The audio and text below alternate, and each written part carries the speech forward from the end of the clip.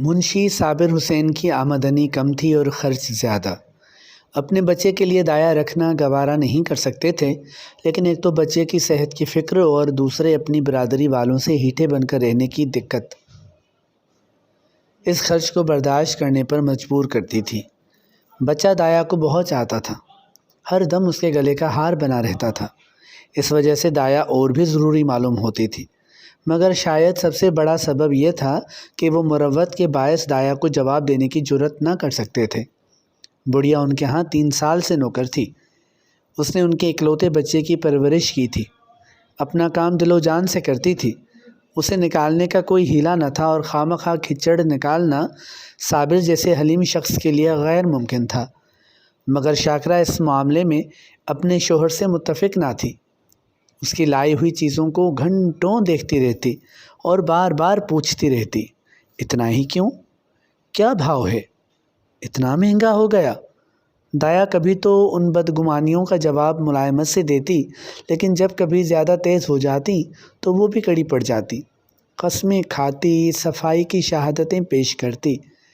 اتفاق سے ایک روز دایا کو بازار سے لوٹنے میں دیر ہو گئی۔ یکایک 9 بجنے کی آواز کان میں آئی تو وہ لپکی ہوئی گھر کی جانب چلی۔ شاکرہ بھی بیٹھی ہوئی تھی۔ دایا کو دیکھتے ہی تیور بدل کر بولی، کیا بازار میں کھو گئی تھیں؟ دایا نے کہا، بیوی، ایک جان پہچان کی ماما سے ملاقات ہو گئی اور باتیں کرنے لگی۔ شاکرہ اس جواب سے اور بھی برہم ہوئی۔ یہاں دفتر جانے کو دیر ہو رہی ہے، تمہیں سیر سپاٹے کی سوجھی ہے؟ مگر دایا نے اس وقت دبنے میں خیریت سمجھی، بچے کو گود میں لینے لگی، پر شاکرہ نے جھڑک کر کہا، رہنے دو، یہ تمہارے بغیر بے حال نہیں ہوا جاتا۔ دایا نے اس حکم کی تعمیل ضروری نہیں سمجھی۔ بیگم صاحبہ کا غصہ دور کرنے کی اس سے زیادہ کارگر تدبیر سمجھ میں نہ آئی۔ اس نے نصیر کو اشارے سے اپنی طرف بلایا۔ وہ دونوں ہاتھ پھیلائے اور لڑکھڑاتا ہوا اس کی طرف چلا۔ دایا نے اسے گود میں اٹھایا اور دروازے کی طرف چلی، لیکن شاکرہ باز کی طرح جھپٹی اور نصیر کو اس کی گود سے چھین لیا اور بولی، تمہارا یہ مکر بہت دنوں سے دیکھ رہی ہوں، یہ تماشے کسی اور کو دکھاؤ۔ یہاں طبیعت سیر ہو گئی۔ دایا نصیر پر جان دیتی تھی اور یہ سمجھتی تھی کہ شاکرہ اس سے بے خبر نہیں ہے۔ اس کی سمجھ میں شاکرہ اور اس کے درمیان ایسا مضبوط تعلق تھا جسے معمولی جھگڑے کمزور نہ کر سکتے تھے۔ دایا سے ضبط نہ ہو سکا، بولی، بیوی، مجھ سے کوئی ایسی بڑی خطا تو نہیں ہوئی؟ بہت تو پاؤ گھنٹے کی دیر ہوئی ہوگی، اس پر آپ اتنا جھلا رہی ہیں؟ صاف صاف کیوں نہیں کہہ دیتی کہ دوسرا اور دروازہ دیکھو؟ اللہ نے پیدا کیا ہے تو رزق بھی دے گا، مزدوری کا کال تو نہیں ہے۔ شاکرہ، تو یہاں تمہاری کون پرواہ کرتا ہے؟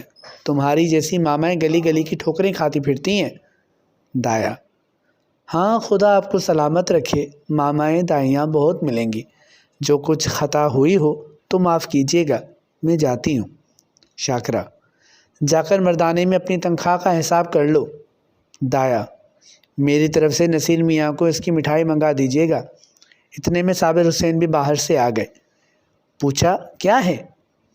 دایا، کچھ نہیں، بیوی نے جواب دے دیا ہے، گھر جاتی ہوں۔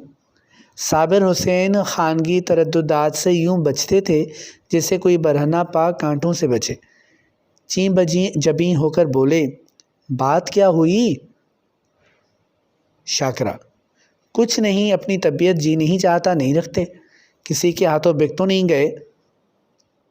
صابر، تمہیں بیٹھے بٹھائے ایک نہ ایک کھچڑ سوچتی ہی رہتی ہے۔ دایا گھر سے نکلی تو اس کی آنکھیں لبریز تھیں، دل نصیر کے لیے تڑپ رہا تھا۔ ایک بار بچے کو گود میں لے کر پیار کر لوں، پر یہ حسرت لیے اسے گھر سے نکلنا پڑا۔ نصیر دایا کے پیچھے پیچھے دروازے تک آیا، لیکن جب دایا نے دروازہ باہر سے بند کر دیا تو وہ مچل کر زمین پر لوٹ گیا اور انا انا کہہ کر رونے لگا۔ شاکرہ نے چمکارا، پیار کیا، گود میں لینے کی کوشش کی، مٹھائی کا زور دیا، میلہ دکھانے کا وعدہ کیا۔ اس سے کام نہ چلا تو بندر اور سپاہی اور لولو اور ہوا کی دھمکی دی، مگر نصیر پر مطلق اثر نہ ہوا، یہاں تک کہ شاکرہ کو غصہ آ گیا۔ اس نے بچے کو وہیں چھوڑ دیا اور آ کر گھر کے دھندوں میں مصروف ہو گئی۔ نصیر کے منہ اور گال لال ہو گئے، آنکھیں سوج گئیں، آخر سسکتے سو گیا۔ شاکرہ نے سوچا تھا تھوڑی دیر میں بچہ رو دھو کر چپ ہو جائے گا، پر نصیر نے جاگتے ہی پھر انا انا کی رٹ لگائی۔ 3 بجے صابر حسین دفتر سے آئے اور بچے کی یہ حالت دیکھی تو بیوی کی طرف قہر کی نگاہوں سے دیکھ کر اسے گود میں اٹھا لیا اور بہلانے لگے۔ اب نصیر کو گود سے جدا نہ کرتے تھے، اسے روز ہوا کھلانے لے جاتے، نت نئے کھلونے لاتے، پر مرجھایا ہوا پودا کسی طرح نہ پنپتا تھا۔ برسات کا موسم تھا، کبھی شدت کی گرمی، کبھی ہوا کے ٹھنڈے جھونکے، بخار اور زکام کا زور تھا۔ نصیر کھانسی اور بخار میں مبتلا ہو گیا۔ صبح کا وقت تھا، نصیر چارپائی پر آنکھیں بند کیے پڑا تھا۔ ڈاکٹروں کا علاج بے سود رہتا تھا۔ شاکرہ چارپائی پر بیٹھی اس کے سینے پر تیل کی مالش کر رہی تھی اور صابر حسین صورت غم بنے بچے کو پردرد آنکھوں سے دیکھ رہے تھے۔ وہ شاکرہ سے بہت کم بولتے تھے، انہیں اس سے ایک نفرت سی ہو گئی تھی۔ وہ نصیر کی ساری بیماری کا الزام اس کے سر رکھتے تھے۔ وہ ان کی نگاہوں میں نہایت کم ظرف، سفلا مزاج، بے حس عورت تھی۔ شاکرہ نے ڈرتے ڈرتے کہا، آج بڑے حکیم صاحب کو بلا لیتے ہیں، شاید انہیں کی دوا سے فائدہ ہو۔ صابر حسین نے کالی گھٹاؤں کی طرف دیکھ کر ترشی سے جواب دیا، بڑے حکیم ہی نہیں، اگر لقمان بھی آ جائیں تو اس سے کوئی فائدہ نہیں ہو سکتا۔ شاکرہ، تو کیا آپ کسی کی دوا ہی نہیں ہوگی؟ صابر، بس اس کی ایک ہی دوا ہے اور وہ نایاب ہے۔ شاکرہ، تمہیں تو وہی دھن سوار ہے، کیا عباسی امرت پلا دے گی؟ صابر، اگر نہیں سمجھتی ہو اور اب تک نہیں سمجھا تو روگی، بچے سے ہاتھ دھونا پڑے گا۔ شاکرہ، چپ بھی رہو، کیسا شگون زبان پر لاتے ہو، اگر ایسی ہی جلی کٹی سنانی ہے تو یہاں سے چلے جاؤ۔ صابر، ہاں تو میں جاتا ہوں، مگر یاد رکھو یہ خون تمہاری گردن پر ہوگا۔ اگر لڑکے کو پھر تندرست دیکھنا چاہتی ہو تو اسی عباسی کے پاس جاؤ اور اس کی منت کرو، التجا کرو، تمہارے بچے کی جان اسی کے رحم پر ہے۔ شاکرہ نے کچھ جواب نہ دیا، اس کی آنکھوں سے آنسو جاری تھے۔ صابر حسین نے پوچھا، کیا مرضی ہے، جاؤں، اسے تلاش کروں؟ شاکرہ، تم کیوں جاؤ گے، میں خود چلی جاؤں گی، میں نے شرم کے مارے تم سے نہیں کہا ہے، لیکن میرے دل میں بار بار یہ خیال پیدا ہوا، اگر مجھے دایا کے مکان کا پتہ معلوم ہوتا تو میں کب کی منع لائی ہوتی۔ وہ مجھ سے کتنی ہی ناراض ہو لیکن نصیر سے اسے محبت ہے، میں آج ہی اس کے پاس جاؤں گی۔ تم منت کرنے کو کہتے ہو، میں تو اس کے پیروں پر سر رکھ دوں گی، اس کے قدموں کو آنسوؤں سے تر کر دوں گی اور جس طرح راضی ہوگی راضی کر لوں گی۔ شاکرہ نے بہت ضبط کر کے یہ باتیں کہیں، مگر امڈے ہوئے آنسو اب نہ رک سکے۔ صابر حسین نے بیوی کی طرف ہمدردانہ نگاہ سے دیکھا اور نادم ہو کر بولے، میں تمہارا جانا مناسب نہیں سمجھتا، میں خود ہی جاتا ہوں۔ عباسی دنیا میں اکیلی تھی۔ کسی زمانے میں اس کا خاندان گلاب کا سرسبز شاداب پودا تھا، مگر رفتہ رفتہ خزاں نے سب پتیاں جھاڑ دیں۔ مگر نصیر کو پا کر اس کی سوکھی ٹہنی میں جان سی پڑ گئی تھی، اس میں ہری ہری پتیاں نکل آئی تھیں۔ وہ اپنی محبت کو شاکرہ سے چھپاتی تھی، اس لیے کہ ماں کے دل میں رشک نہ ہو۔ وہ نصیر کے لیے ماں سے چھپ چھپ کر مٹھائیاں لاتی اور اسے کھلا کر خوش ہوتی۔ وہ دن میں 2 3 مرتبہ اپٹن ملتی کہ بچہ خوب پروان چڑھے۔ وہ اسے دوسروں کے سامنے کوئی چیز نہ کھلاتی کہ بچے کو نظر نہ لگ جائے، ہمیشہ دوسروں سے بچے کی کم خوراکی کا رونا رویا کرتی۔ اسے نظر بد سے بچانے کے لیے تعویذ گنڈے لاتی۔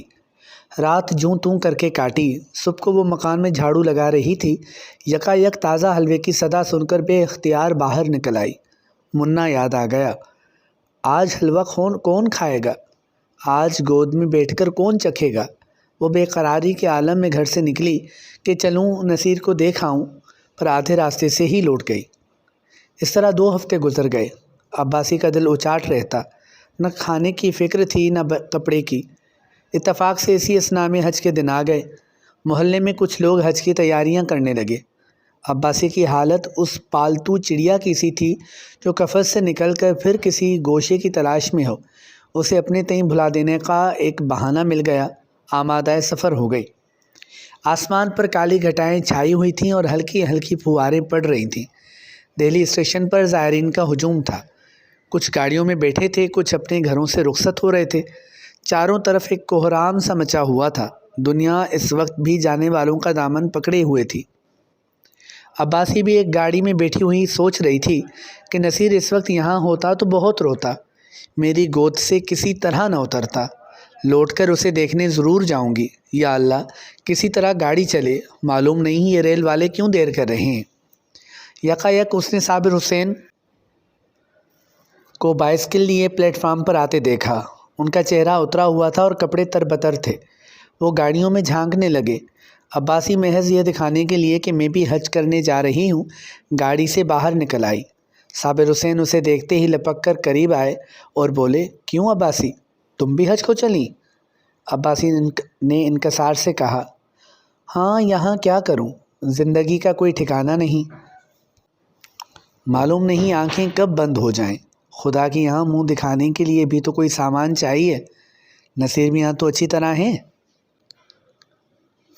صابر، اب تو جا رہی ہو، نصیر کا حال پوچھ کر کیا کرو گی؟ اس کے لیے دعا کرتی رہنا۔ عباسی کا سینہ دھڑکنے لگا، گھبرا کر بولی، کیا دشمنوں کی طبیعت اچھی نہیں ہے؟ صابر، اس کی طبیعت تو اسی دن سے خراب ہے جس دن تم وہاں سے نکلی۔ کوئی 2 ہفتے تک تو شب و روز انا انا کی رٹ لگاتا رہا، اب 1 ہفتے سے کھانسی اور بخار میں مبتلا ہے۔ ساری دوائیں کر کے ہار گیا، کوئی نفع ہی نہیں ہوتا۔